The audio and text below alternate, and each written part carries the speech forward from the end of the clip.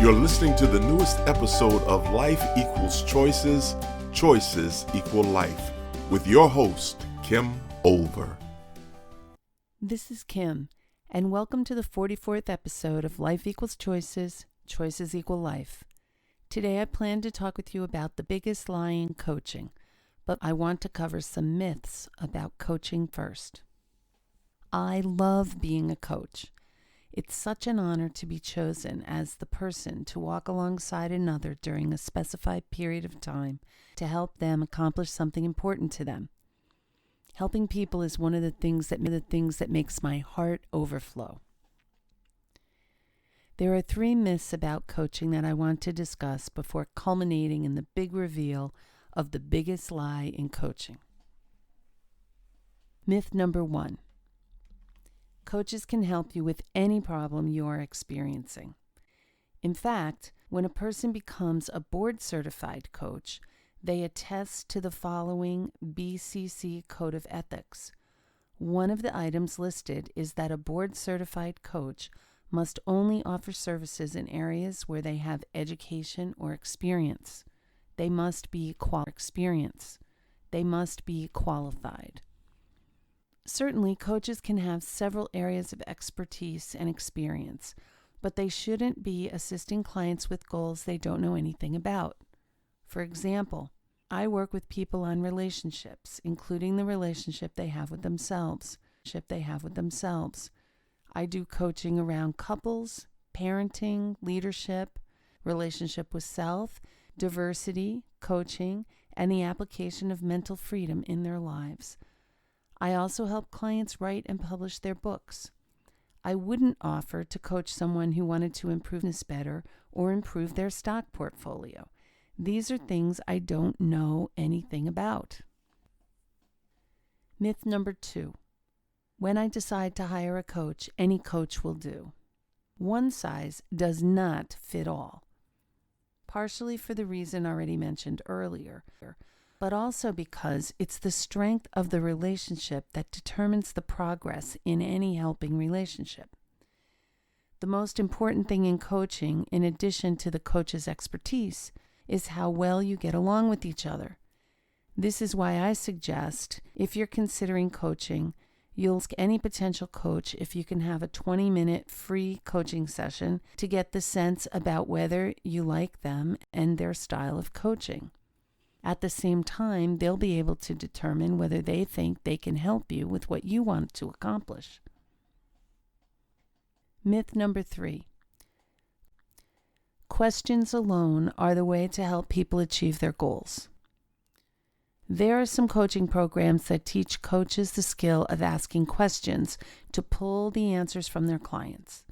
This is a skill coaches absolutely need to do an effective job. However, coaches who only have this skill in their coaching toolbox will miss opportunities to assist the coaching process. With choice coaching, teaching is a big part of the coaching process. That is one part, and providing feedback is another skill that's important. Let's unpack those. People can't know what they don't know. Asking someone questions they don't have the answer to can be incredibly frustrating, both for the coach and the client. This may seem like common sense to you, but if you're a coach and were trained to always ask questions, you wouldn't know any other way. And if you've never not know how frustrating this can be. Sometimes coaches need to provide information to clients they might not know about. The example I use is this. Imagine you, the coach, have walked a path your client is planning to walk, and you know when you were on that same path there was a swarm of killer bees. Asking your client, "Are you concerned there might be killer bees on your path?" won't reap much benefit because your client would have no idea about the bees. You do. You would be remiss not to provide your client any information pertinent to their goals that you may have. Feedback is also important. I'm a die-hard choice theory enthusiast, and Dr. Glasser valued self-evaluation over others' opinions, and in most cases I agree with that. However, we all have blind spots, It's virtually impossible to self-evaluate about something you don't see. Sometimes coaches need to tell their clients about what they see from a different viewpoint. The coach wouldn't provide the feedback as if they had the ultimate answer, but rather as a perspective that might be true or may be incorrect. Suppose you're the client and you have devised a plan to help you move closer to your partner. You're working to make your relationship better, but your partner is not coming to coaching. If the coach notices that things you're planning to do may not be received as helpful by your partner, wouldn't you want your coach to tell you that? I would. People in relationships tend to speak their own love language, even if their partner speaks a different one. Let's say your love language is quality time and your partner's is acts of service, and your plan involves taking your partner away on a trip. You think this is going to be the best gift ever because you're going to spend a lot of quality time together. However, your coach remembers that your spouse seems to favor when you do things for her around the house. Your coach could keep asking you questions about the vacation, but you may not see the problem because you're so focused on your own love. A coach may provide the following feedback. It sounds like you're very excited about this trip. I'm wondering if you've considered the things your partner most appreciates when you're making your plan.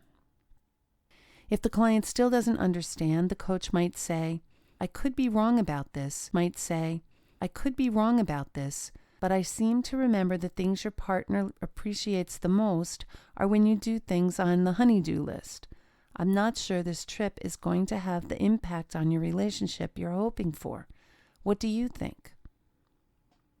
Providing feedback is a skill that will be times feedback is necessary, and providing it in a tentative, exploring way, not sure if you're correct or not, allows your client to consider what you're saying and then decide if it makes sense to them. But the biggest lie in coaching centers around the belief that just because someone's you, they can help you with yours. Usually, when looking for a coach, people try to find someone with expertise in the area they're trying to develop. For example, I do coaching with parents. I've raised 2 sons, and for their teenage years, I did so as a single mother. This means I can responsibly coach people who are struggling with parenting concerns, right? Yes, I can coach people who are going through parenting issues, but I should never make the assumption that what worked for me will also work for my clients. That go into creating a plan and even setting goals in the first place that are contingent upon personality factors and things unique to the individual. When I first started coaching, I seemed to attract a disproportionate amount of clients who were considering leaving their job to start their own businesses. I thought it was a good idea for them to quit their jobs. Of course, a coach wouldn't answer that question. It's not up to the coach to give advice one way or the other. But then my clients often came back with, would you quit? I was always careful to say, I could certainly tell you what I would do, but what I would do may not be the same as what you should do. I went on to explain that I had the perfect need-strength profile to become an entrepreneur.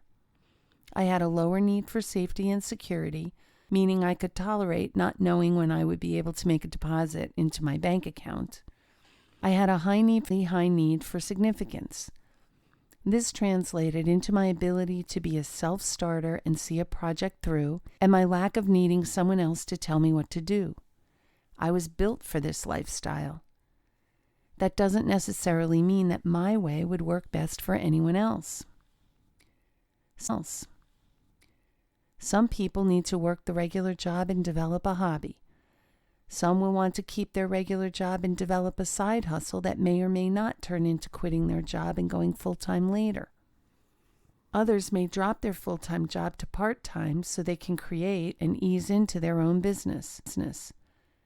Still others will take the plunge, quit the job, and go full steam ahead into their entrepreneurial pursuits.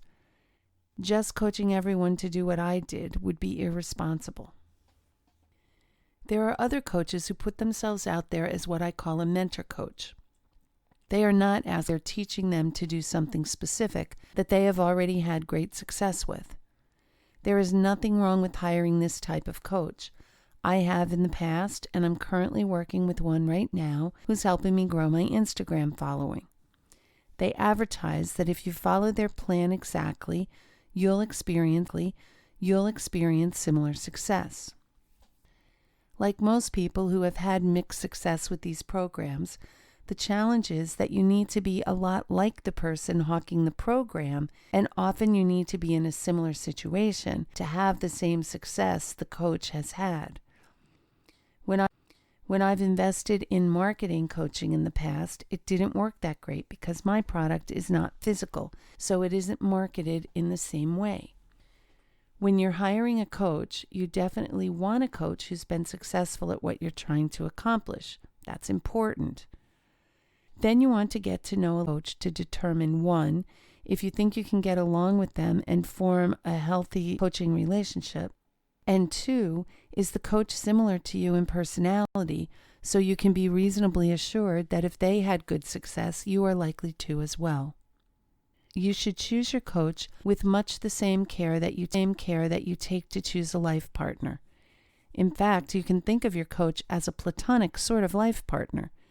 Your coach is the one who's going to support you and be your cheerleader when you need one. They are also going to be the one who holds you accountable for your commitments and challenges you to go beyond where you even choose them wisely and run what they tell you through your own filters to see if what they're saying fits for you, or if you might want to take a different direction. Remember, you are the boss of your coaching. Your coach is your employee and takes their directions from you. Tell them what you want and need. Tell them what you want and need in a coach and from your coaching sessions. Then move forward and accomplish your dreams. I hope you've enjoyed today's podcast and that you'll join me next week when I'll be changing topics from coaching to couples. I'll be talking about an affair. I'm looking forward to it. Talk with you then. This has been another thought-provoking episode of Life Equals Choices, Choices Equal Life. To listen to past episodes, please visit our website at www.relationshipcenter.biz/podcast and remember to subscribe.